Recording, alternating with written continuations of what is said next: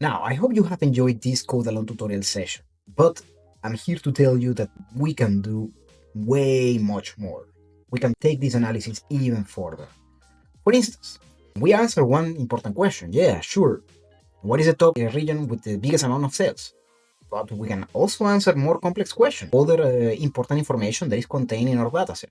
So, for example, in terms of the questions, well, we can also evaluate what are the top store-keeping units per year. We can detect if, hey, is there a seasonality pattern in my sales? Is data changing depending on the different months of the year? What are the top sellers in this dataset? Again, changing per year. We can summarize some of this key information with visualizations. Never underestimate the power of visualizations. They are able to convey a lot of information really fast and in an accessible way. So we can create a visualization that is going to allow us to detect if we have seasonality patterns on what are the top wholesalers on each one of the years of this dataset.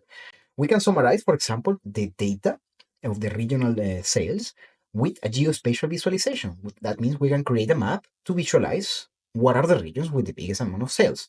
And that conveys information in a very fast way. We can immediately see that the region Auvergne-Rhône-Alpes, which is located in the south east of France, is the region with the biggest amount of sales. And we can export directly all of this information into an automatic Excel report that, hey, as we update this dataset, we can generate it throughout the months. And this will save you a huge amount of time.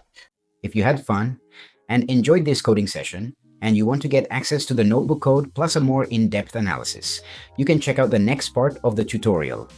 All the details are below. See you there. Thanks for being here, and I'll see you in the next one. Bye-bye.